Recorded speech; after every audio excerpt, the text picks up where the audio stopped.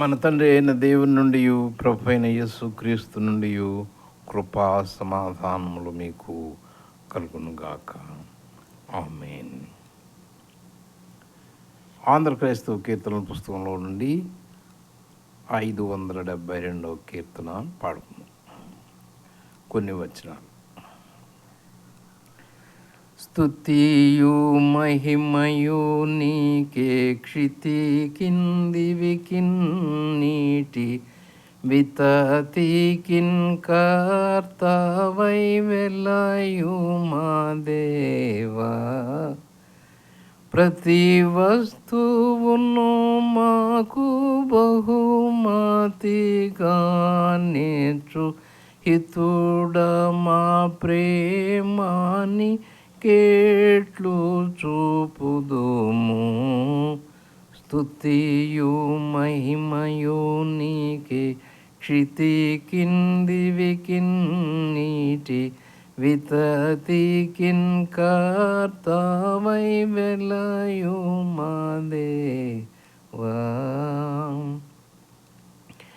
పసిడి వర్ణపు టెండ భాగ్యధారల వాన విసరు మంచి గాలి విరియు పుష్పములు రసముల్కు పండ్లు నిరమ్య ప్రేమను చాటున్ ప్రసరించు కోత లోపల నుందు వీవు.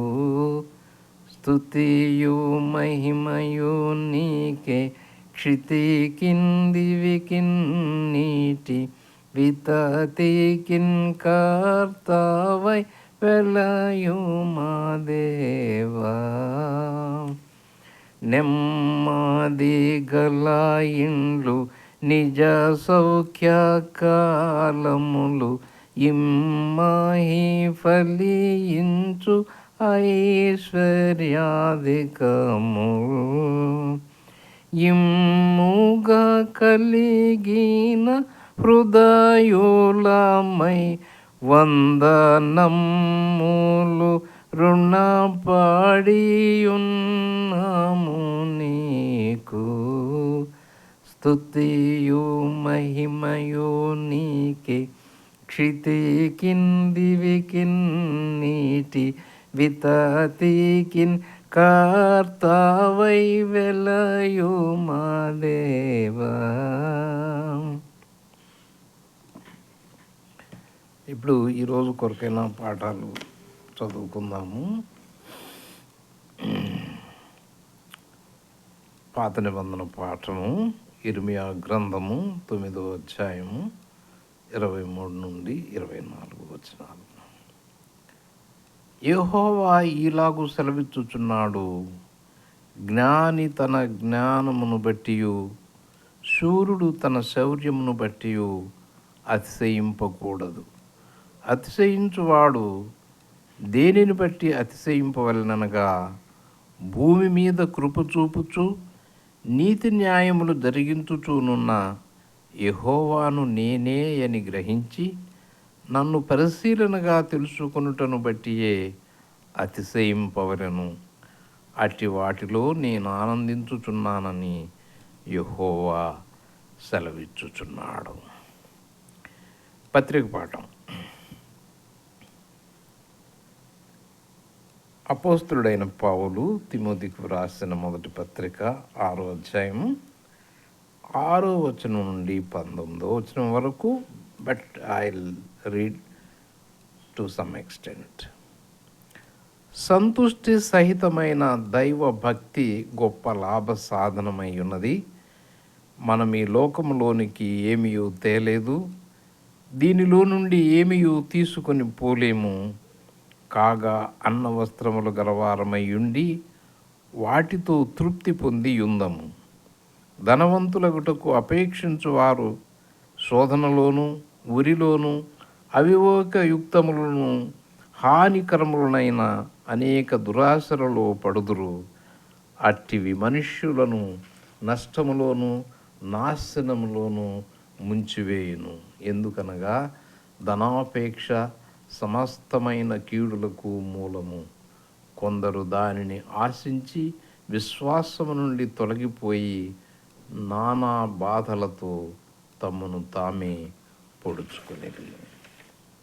సువార్త పాఠము లూకా సువార్త 12వ అధ్యాయము 13వ వచనం నుండి 21వ వచనం వరకు. ఆ జనసమూహములో ఒకడు, బోధకుడా, పిత్రార్జితములో నాకు పాలు పంచిపెట్టవలనని నా సహోదరునితో చెప్పుమని ఆయన అడుగగా, ఆయన, ఓయి, మీ మీద తీర్పరిగానైనను పంచిపెట్టువానిగానైనను నన్నెవడు నియమించనని అతనితో చెప్పెను. మరియు ఆయన వారితో, మీరు ఏ విధమైన లోభమునకు చోటియక జాగ్రత్త పడుడి. ఒకని కలిమి విస్తరించుట వాని జీవమునకు మూలము కాదనెను. మరియు ఆయన వారితో ఈ ఉపమానము చెప్పెను. ఒక ధనవంతుని భూమి సమృద్ధిగా పండెను. అప్పుడు అతడు, నా పంట సమకూర్చుకొనుటకు నాకు స్థలము చాలదు గనుక నేనేమి చేతునని తనలో తాను ఆలోచించుకొని, నేనీలాగు చేతును, నా కొట్లు విప్పి వాటికంటే గొప్ప వాటిని కట్టించి అందులో నా ధాన్యమంతటిని, నా ఆస్తిని సమకూర్చుకొని నా ప్రాణంతో, ప్రాణమా, అనేక సంవత్సరములకు విస్తారమైన ఆస్తి నీకు సమకూర్చబడి ఉన్నది, సుఖించుము, తినుము, త్రాగుము, సంతోషించుమని చెప్పుదును అనుకున్నాం. అయితే దేవుడు, వెర్రివాడా, ఈ రాత్రి నీ ప్రాణమును అడుగుచున్నారు, నీవు సిద్ధపరిచినవి ఎవరునని అతనితో చెప్పెను. దేవుని ఎడల ధనవంతుడు కాక తన కొరకే సమకూర్చుకున్నవాడు అలాగుననే ఉండునని చెప్పెను.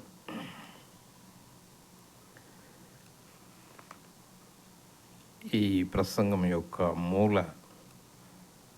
వాక్యము, ఒకని కలిమి విస్తరించుట వాని జీవమునకు మూలము కాదు. ప్రార్థన.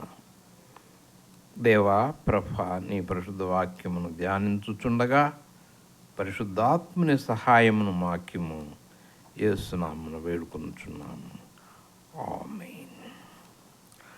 ఈ సందర్భం ఏమిటంటే 11వ అధ్యాయము 12వ అధ్యాయంలో మొదటి భాగంలో యేసుక్రీస్తు అనేక సంగతులను బోధించుచుండగా మధ్యలో ఒకడు లేచి తన తండ్రి ఆస్తిలో తనకు భాగం పంచిపెట్టమని తన సహోదరునితో చెప్పమని క్రీస్తు ప్రభువును అడిగాడు. వారిని యేసు ప్రభువు కొంచెం గట్టిగానే మందలించాడు. ఓయి, మీ మీద తీర్పరిగానైనను పంచిపెట్టువానిగానైనను నన్నెవడు నియమించనని అతనితో చెప్పి ఇట్టి విషయమై తన శ్రోతలకు హెచ్చరికను ఇస్తూ ఉన్నాడు.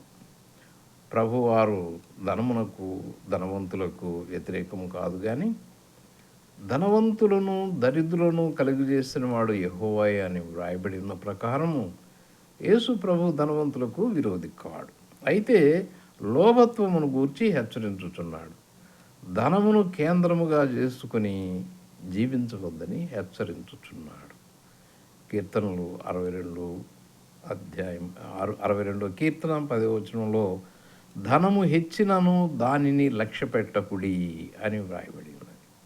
ధనము మీద దృష్టి విగ్రహారాధనతో సమానం.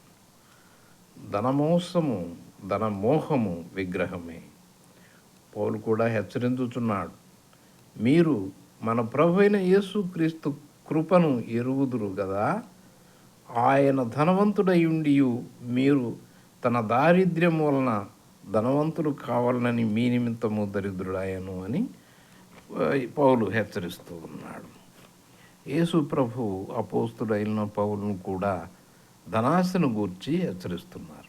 చాలామందికి ఎక్కువగా సంపాదించి ధనవంతుడనే పేరు తెచ్చుకోవాలని ఆశపడతారు. పౌలు ఈ సందర్భంలో పితరుల కాలంలో జరిగిన దాన్ని ఉదహరిస్తూ ఉన్నాడు. హెచ్చుగా కూర్చుకుని వానికి మిగులలేదనియు, తక్కువగా కూర్చుకుని వానికి తక్కువ కాలేదనియు వ్రాయబడి ఉన్నది. పౌలు తిమోతికి వ్రాసిన పత్రికలో ధనాపేక్ష మనుష్యులను ఎలా పాడు చేయగలదో హెచ్చరించుచున్నాడు ఈనాడు పత్రిక పాఠంలో. అంటే పాత నిబంధన కాలంలో ఉదాహరణ ఏమిటంటే, ఆ రోజున మన్నా కురిసినప్పుడు, ఆకాశం నుండి మన్నాను యెహోవా దేవుడు కురిపించినప్పుడు వారు ఏనాటికి ఆనాటికే కూర్చుకోమని చెప్పినాడు. కానీ కొంతమంది ఆశతో ఎక్కువగా కూర్చుకున్నారు. ఆ రోజున చెప్పబడిన మాట అదనమాట. ఎక్కువగా కూర్చుకున్న వానికి మిగలలేదనివు, తక్కువగా కూర్చుకున్న వానికి తక్కువ కాలేదని వ్రాయబడి ఉన్నది అనేది మాట అక్కడదన్నమాట. అది ఇక్కడ పౌలు హెచ్చరిస్తూ ఉన్నాడు. ధనవంతులగుటకు అపేక్షించువారు శోధనలోను ఉరిలోను అవివేకయుక్తములను హానికరములనైన అనేక దురాశలలో పడుదురు. అట్టి మనుషులను నష్టంలోను నాశనంలోను ముంచివేయును. ఎందుకనగా ధనాపేక్ష సమస్తమైన కీడులకు మూలము. కొందరు దానిని ఆశించి విశ్వాసము నుండి తొలగిపోయి నానా బాధలతో తమ్మును తామే పొడుచుకునిరి. ఈనాటి సువార్త పాఠంలో ప్రభువు వారు దేవుడు ఎలా సకల జీవరాశులకు ఆకాశ పక్షులను పోషిస్తున్నాడో వివరిస్తున్నాడు. అడవి గడ్డిని ఎలా అలంకరిస్తున్నాడో వివరిస్తున్నాడు. మన అవసరతలు కొరతలు మనకంటే మన దేవునికే బాగుగా తెలియను. తగు సమయమందు వాటిని అనుగ్రహించునని చెబుతూ ఉన్నాడు. ఆహారము కంటే ప్రాణమును, వస్త్రము కంటే దేహమును శ్రేష్టమైనవి కావా అని హెచ్చరిస్తూ ఉన్నాడు. ఒక మనుష్యుడు లోకమంతయు సంపాదించుకొని తన ప్రాణమును పోగొట్టుకుంటే అతనికి ఏమి ప్రయోజనము? తన ప్రాణమునకు ప్రతిగా ఏమి ఇయ్యగలడు? ఒకని కలిమి విస్తరించుట వాని జీవమునకు మూలము కాదు. కలిమి లేకపోయినా జీవం ఉంటుంది. కలిమి ఉన్నది కనుక జీవం ఉండాలనే నియమం ఏమీ లేదు. అస్సలు ఈ జీవం అంటే ఏమిటి? ఎక్కడ నుండి వస్తుంది? యేసు ప్రభు ఏం చెప్పినాడు?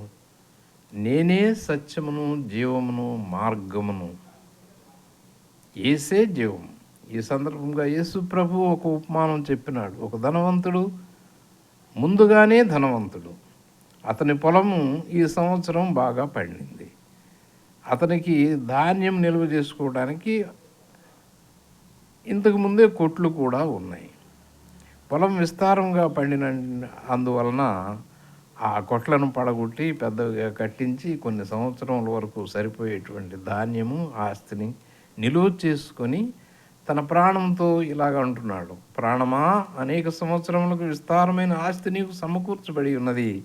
సుఖించుము, తినుము, త్రాగుము, సంతోషించుము.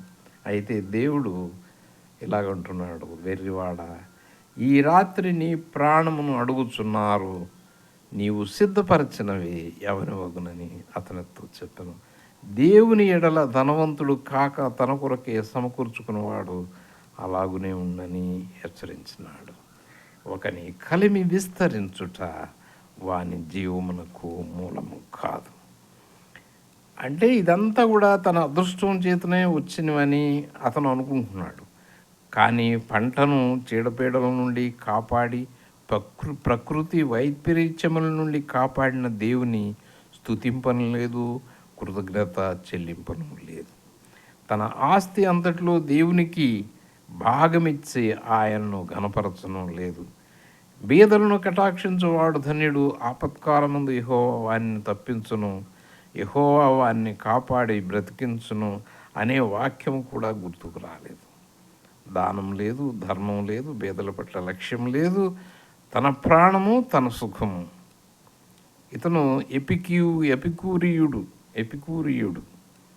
యేసు ప్రభు మరి ఒక ధనవంతుని గూర్చి ఉదాహరణ మరి ఒక సందర్భంలో చెప్పినాడు కదా.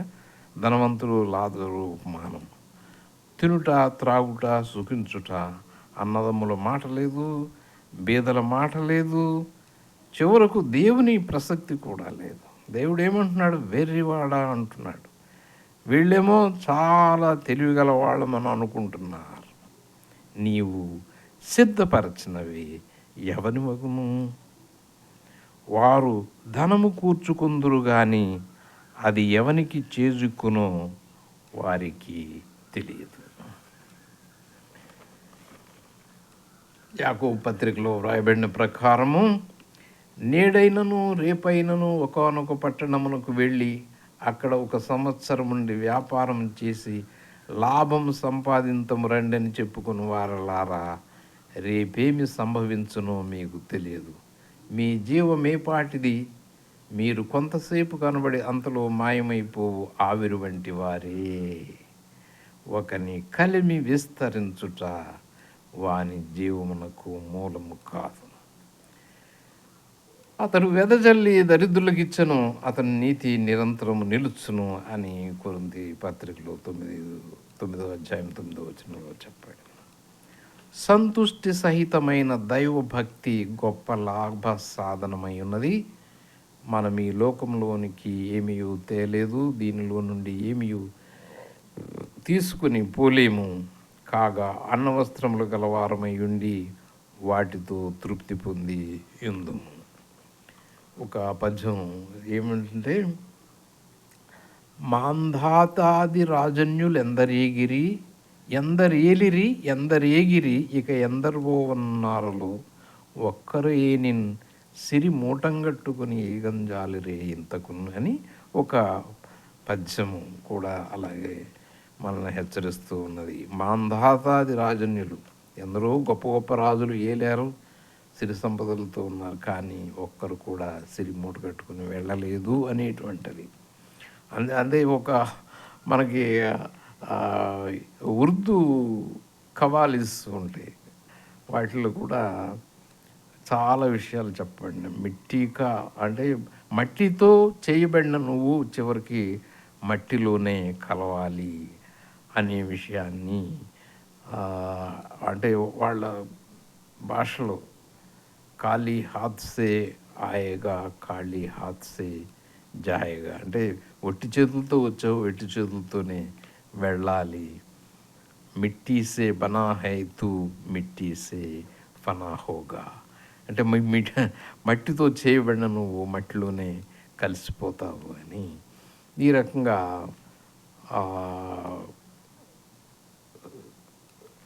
చెప్పబడింది. కనుక ధనము సమస్త